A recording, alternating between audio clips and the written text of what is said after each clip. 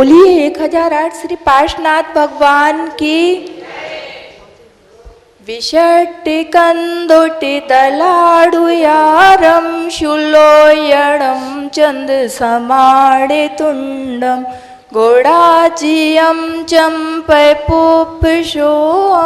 तम गोमिटे संपड्मामिडेच्यं तम गोमिटेशं पड्मामिडेच्यं तम गोमिटेशं पड्मामिडेच्यं।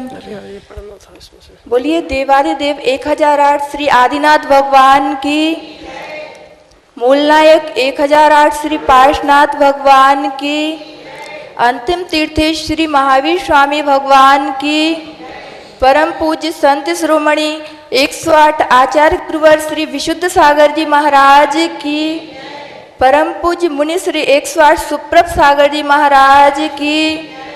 परम पूज्य 108 मुनि श्री प्रणत सागर जी महाराज की। सभी को जय जिनेन्द्र। समीचीन विकल्पों का सम्यक समाधान, इस अनूठे कार्यक्रम में मैं आपका स्वागत करती हूँ, हार्दिक अभिनंदन करती हूँ। समीचीन विकल्पों का सम्यक समाधान, यह कार्यक्रम हमारे YouTube चैनल सुप्रभात पर प्रतिदिन शाम 5:13 पर प्रसारित होता है। यह कार्यक्रम आचार्य गुरुवर श्री विशुद्ध सागर जी महाराज की स्वर्णिम जन्म जयंती महोत्सव के उपलक्ष्य में प्रारंभ हुआ एवं आचार्य श्री विशुद्ध सागर जी महाराज का पावन आशीर्वाद प्राप्त होने से यह कार्यक्रम अल्प समय में ही अपनी ऊंचाई के शिखरों पर पहुंचने को है।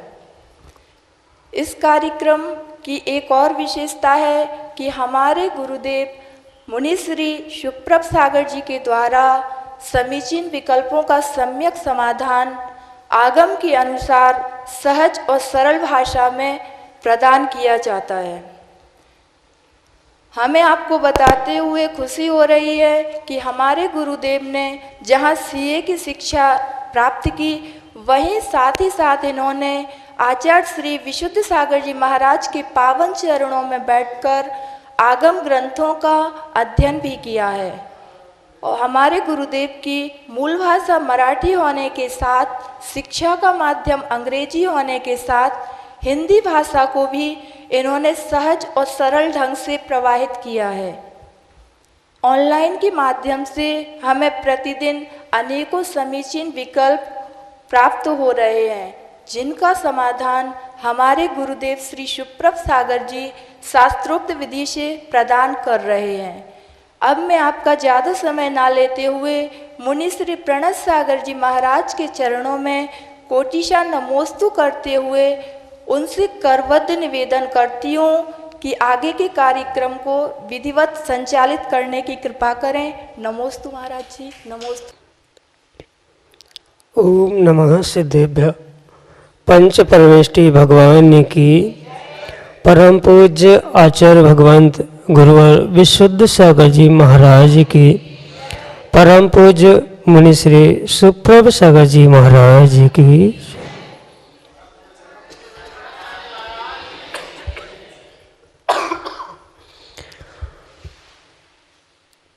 जिन्होंने अनेक पूर्वाचार्यों के ग्रंथ पर हमें अनेक ग्रंथों पर अपनी देशना प्रदान करके अचेतन कृतियों को हमें प्रदान किया है और हमारे कल्याण का मार्ग प्रशस्त कर रहे हैं।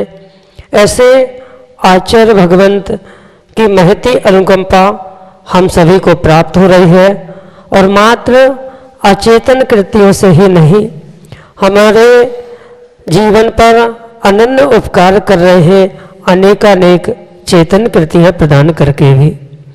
ऐसे आचार्य भगवंत गुरुवर विशुद्ध सागर जी महाराज, जिन्होंने हम सब पर अनन्य उपकार किया और हमारे लिए हमारे कल्याण के मार्ग के लिए अनेकानेक चेतन अचेतन कृतियाँ प्रदान की।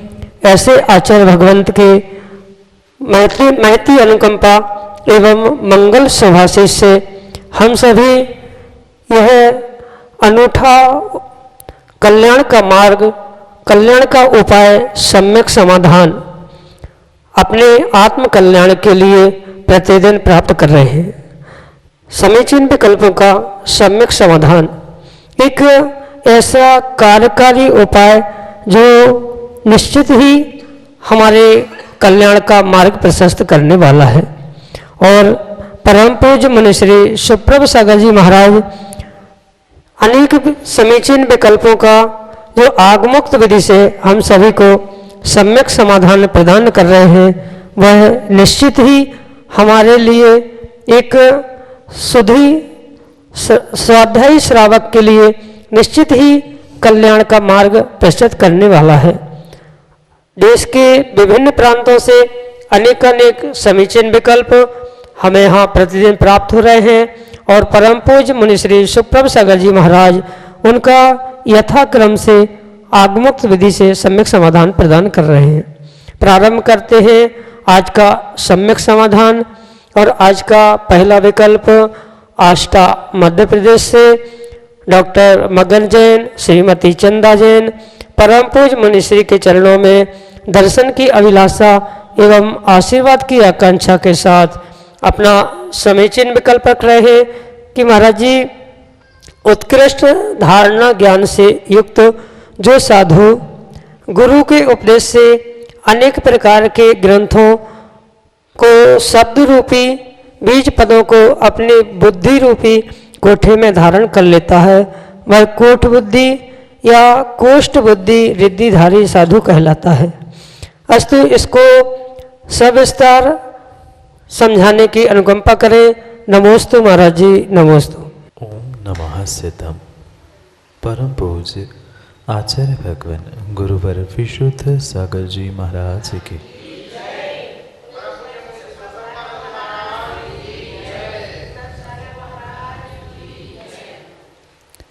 जैसे किसी एक कोष्ठ में यानी किसी एक वेयर हाउस में अनेक प्रकार के अनाज, अनेक प्रकार के बीज रूप सुरक्षित किए जाते, बिल्कुल उसी प्रकार से जो विशिष्ट ज्ञान के धारी वह रिद्धिधारी मुनिराज हुआ करते, वह अपने परम ज्ञान, तपस्या, त्याग और साधना के द्वारा ऐसी एक महान रिद्धि को धारण करते हैं जिस रिद्धि के द्वारा उनके भी बुद्धि में या उनके भी ज्ञान में बिल्कुल उस कोष्ठ की तरह, कोठार की तरह या उस वर्तमान की भाषा में कहे तो उस वेयर हाउस की तरह अनेक अनेक प्रकार के जैसे उसमें बीज होते हैं, ऐसे ही अनेक प्रकार के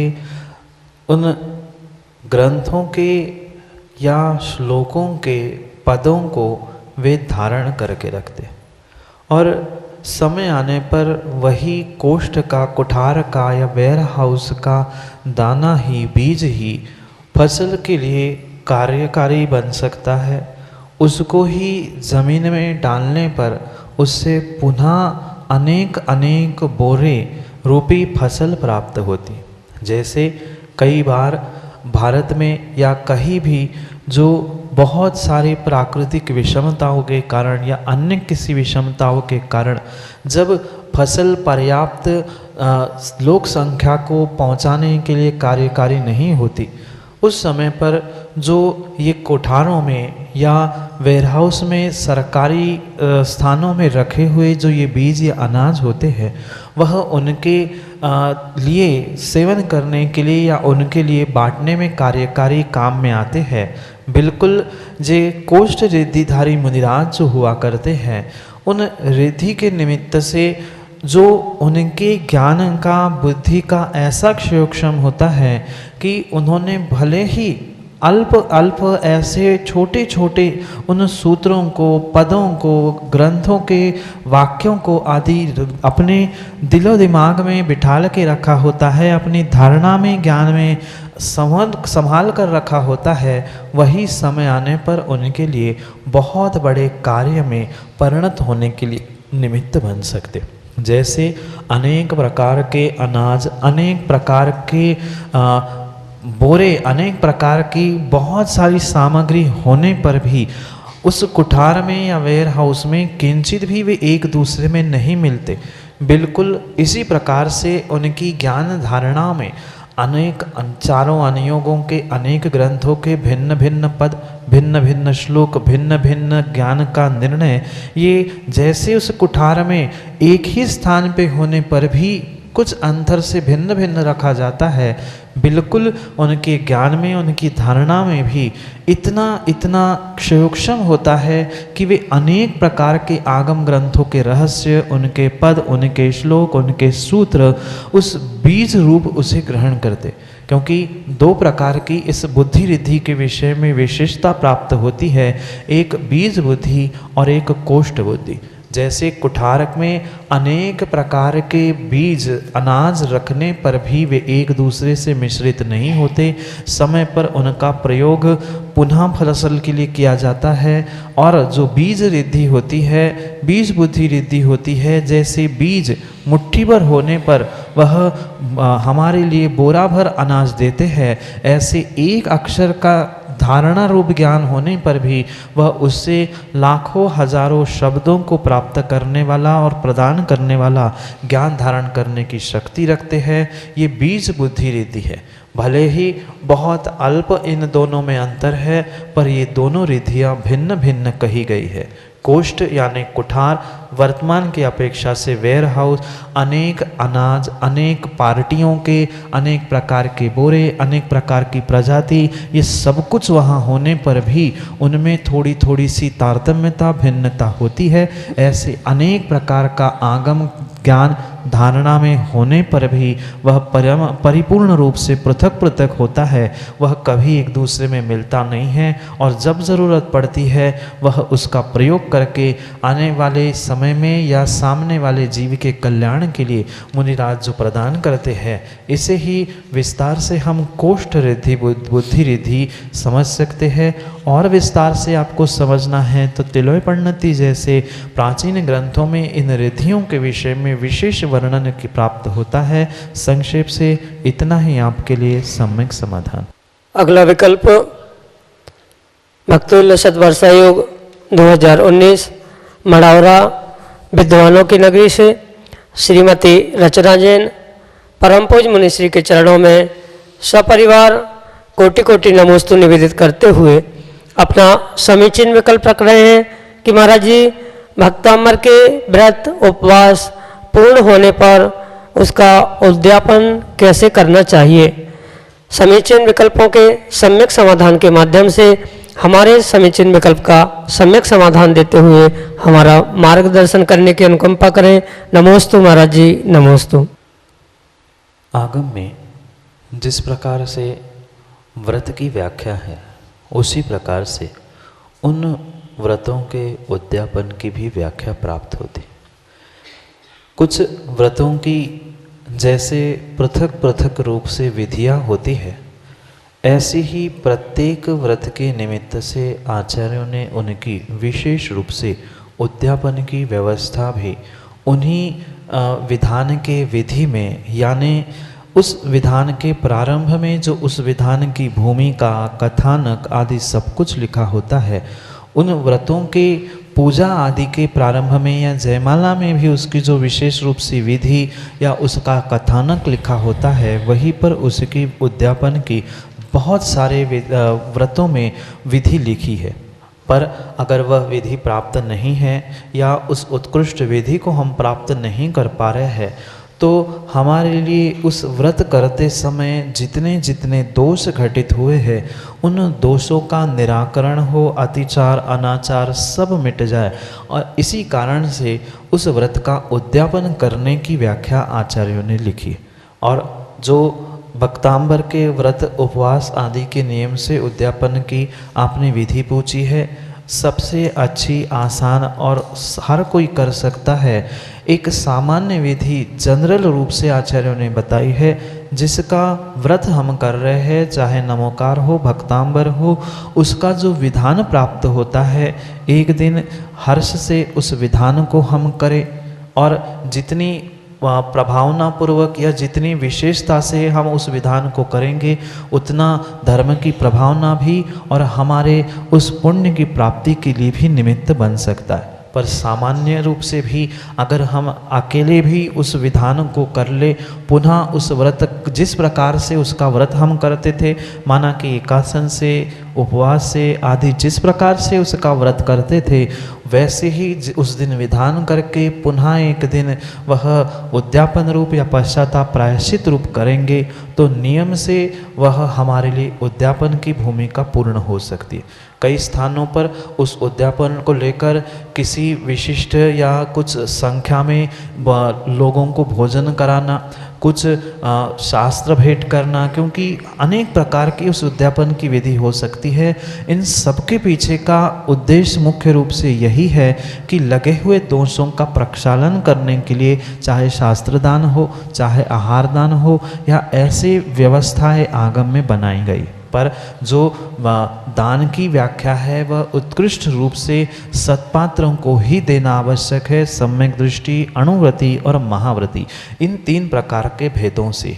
अन्यथा हमने यहाँ वहाँ बाजार में या हजारों लोगों को भोजन करा दिया, यहाँ वहाँ गिफ्ट बांट दी, तो मात्र उतने से उद्यापन नहीं होगा। वास्तव में जो सच्चे धर्मात्मा हैं, सम्यक दृष्टि है, अणुव्रति, महाव्रति आदि है, उनके निमित्त से 4 प्रकार के दानों को देना, सामान्य रूप से विधान करके पुनः उसी प्रकार का उपवास, एकासन आदि ग्रहण करना, इस प्रकार से भी हम उद्यापन कर सकते हैं।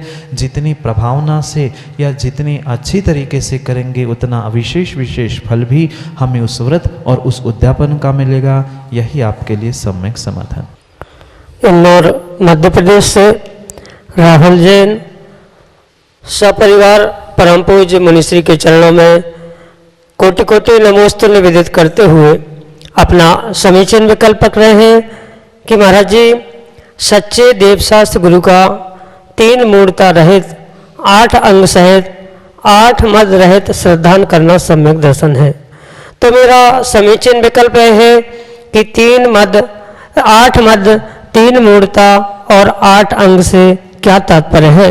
सम्यक समाधान के माध्यम से हमारा मार्गदर्शन करने की अनुकंपा करें।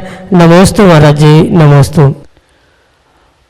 सम्यक दर्शन के आचार्य भगवंत 25 अंग या उसके विपरीत 25 दोष बताते। जो सम्यक दर्शन की शुद्धता है वह इन 25 दोषों से रहित होकर या 25 अंगों से युक्त होकर, 25 गुणों से युक्त होकर ही संभव होती।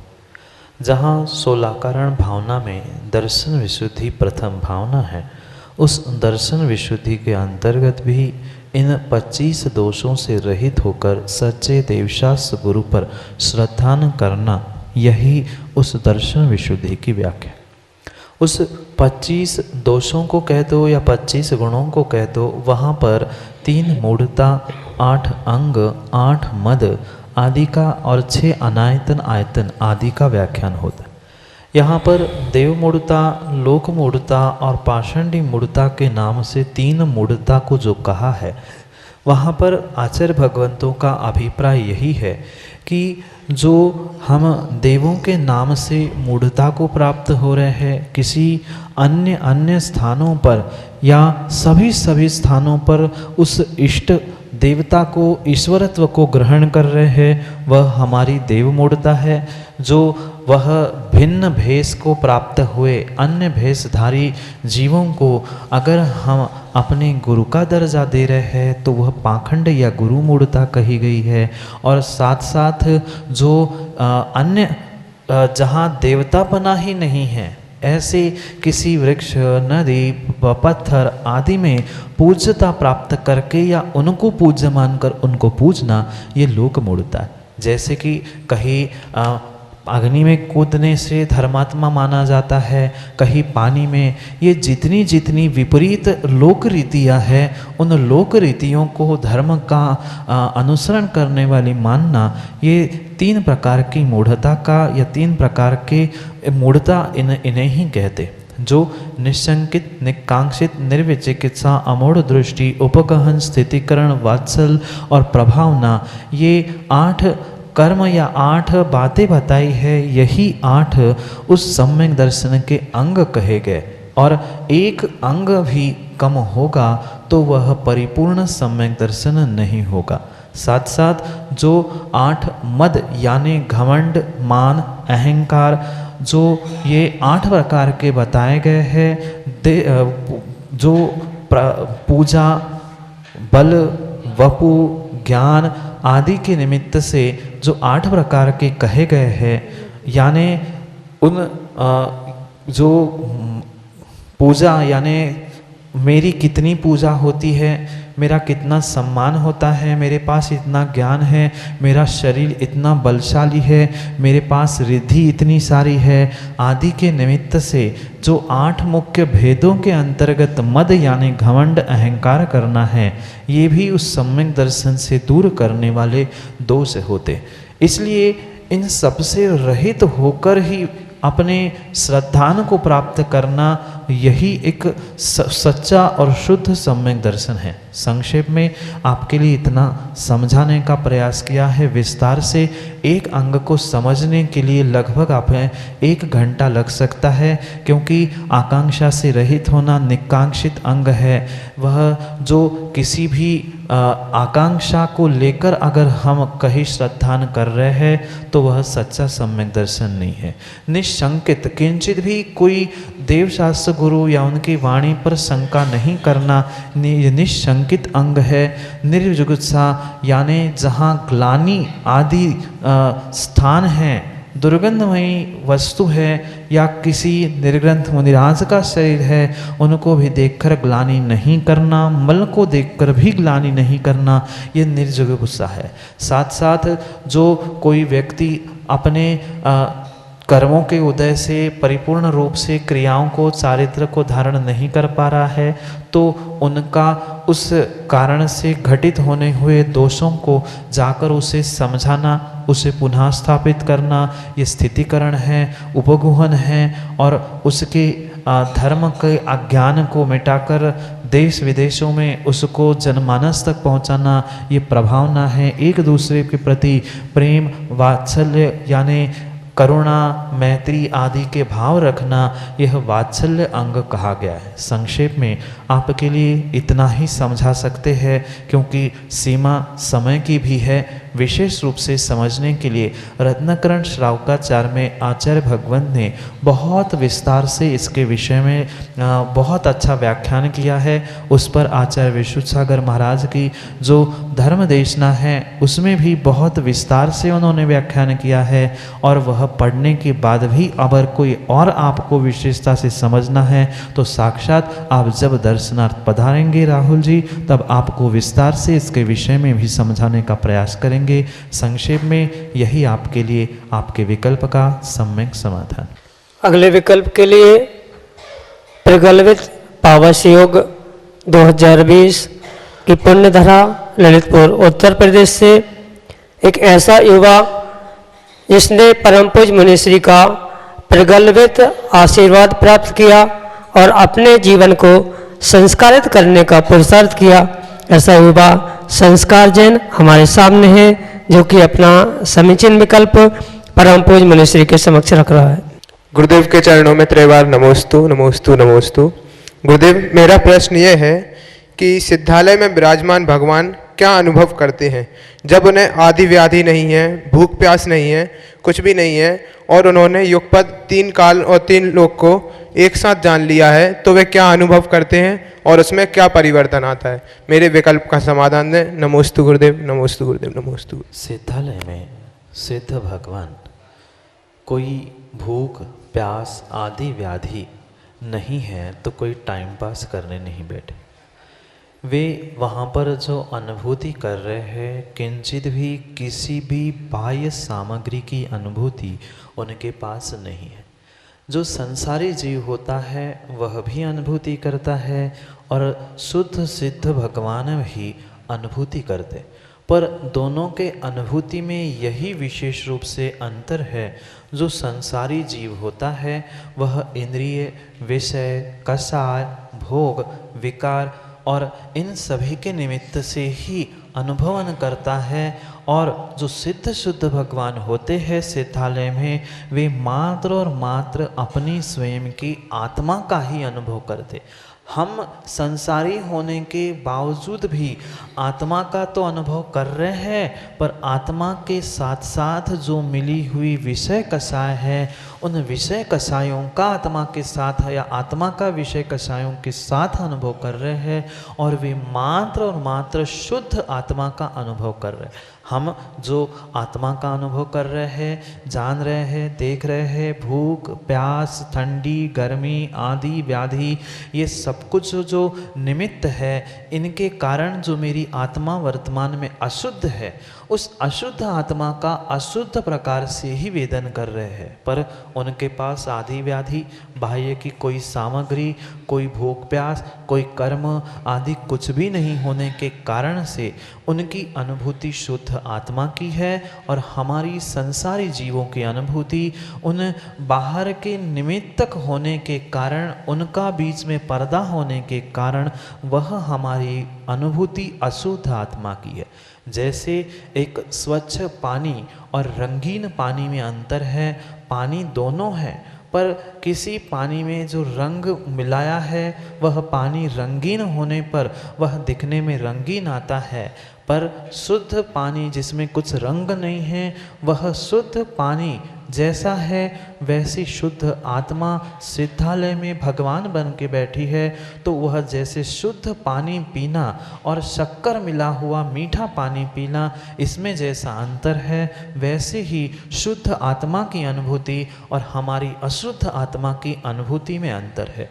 पानी दोनों थे, दोनों ने भी पानी पिया था, पर एक ने मीठा शक्कर वाला, किसी ने गुड़ वाला, किसी ने नमक वाला, किसी ने नींबू वाला, ऐसी अनेक प्रकार के मिश्रण से युक्त पानी का स्वाद लिया है। वह संसारी जीव होते हैं, और जो मात्र शुद्ध पानी रूप अपने मात्र आत्मा का वेदन अनुभवन स्वानुभूति में लीन होते हैं, उनके लिए ही सिद्ध शुद्ध भगवान कहा जाता है, या वे ही सिद्ध शुद्ध भगवान हैं जो अपनी शुद्ध आत्मा का शुद्ध वेदन प्रति समय करते। तीन लोक को जानना, तीन काल को जानना, ये सब कुछ मात्र उनके व्यवहार पक्ष का व्याख्यान है। वे बुद्धिपूर्वक किसी भी विषय को नहीं जानते, क्योंकि उनके पास मन नहीं है, और जो मन रहित होता है वह किंचित भी बुद्धिपूर्वक ये करना वो करना, करना नहीं करना, ये कोई विचार नहीं करते। प्रति समय उनके अनुभवन में बदलाव भी होता है, क्योंकि परिवर्तन के विषय में जो आपने पूछा है, परिवर्तन प्रत्येक समय में चल रहा है। उनके ज्ञान में, उनके दर्शन में, उनके सुख में, उनके वीर्य में, उनके जितने जितने गुण हैं, उन प्रत्येक गुणों में प्रति समय उत्पाद, व्यय और द्रव्य रूप परिणमन चलता है। उत्पन्न होना उत्पाद है, नष्ट होना व्यय है, और फिर भी वैसे का वैसा रह लेना ये द्रव्य है। वह जीव जो शुद्ध आत्मा सिद्ध भगवान बनी है, वह ज्ञान दर्शन स्वरूपी ही है, जीव द्रव्य है। इस अपेक्षा से द्रव्य होने पर भी पिछले एक समय पहले, एक मिनट पहले उस जीव ने या भगवान ने जिस ज्ञान का, जिस आत्मा के सुख का वेदन किया था, अगले समय में वो नहीं करता। वहाँ का उनका अनुभवन, वहाँ का उनका वेदन भिन्न है, दूसरे समय में भिन्न है, तीसरे समय में भिन्न है। ऐसे प्रत्येक समय में उनको अपने ही आत्मा का भिन्न भिन्न स्वाद और अच्छे प्रकार से आता है। इसलिए उनके उस अनुभवन में भी प्रति समय परिवर्तन बदलाव होता है। इसलिए वह परिवर्तन भी उनमें ही होने से उनका किंचित भी बाह्य द्रव्यों से कोई संबंध नहीं होता। इसलिए उनके लिए भूख प्यास विकार कुछ भी नहीं होने के बावजूद भी वह अपने आत्मा का शुद्ध रूप से अनुभवन करते हैं, और वही उनका अनुभवन शुद्ध अनुभवन होने से वे सिद्ध शुद्ध हुए हैं। यही आपके लिए सम्यक समाधान है। बोलिए पार्श्वनाथ भगवान की। अभी आप सभी देख रहे थे हमारा बहुचर्चित कार्यक्रम समीचीन विकल्पों का सम्यक समाधान। यह कार्यक्रम प्रतिदिन YouTube चैनल सुप्रभुवाच पर शाम 5:13 पर प्रसारित होता है। इसका पुनः प्रसारण फेसबुक के माध्यम से किया जाता है। फेसबुक पर सुप्रभुवाच या श्रमण श्री सुप्रभ सागर जी के नाम से पेज है, उस पेज के माध्यम से आप इस कार्यक्रम का लाभ ले सकते हैं। आप अपने विकल्प हम तक व्हाट्सएप के माध्यम से पहुंचा सकते हैं। हमारा व्हाट्सएप नंबर है 8707548811। एक अन्य नंबर है 7415306441। यदि आप हमारे कार्यक्रम से जुड़ना चाहते हो, आपको हमारा कार्यक्रम अच्छा लगा हो, तो देर किस बात की, आज ही आप अपना फ़ोन उठाइए और YouTube चैनल पर सुप्रभ उवाच को सब्सक्राइब कीजिए, लाइक कीजिए, शेयर कीजिए और बेल आइकन को प्रेस कीजिए, ताकि मुनिश्री के द्वारा जो भी प्रवचन या सम्यक समाधान अपलोड होते हैं उनका नोटिफिकेशन आप तक शीघ्र अतिशीघ्र पहुंच सके और आप धर्म लाभ ले सकें। जय जिनेंद्र।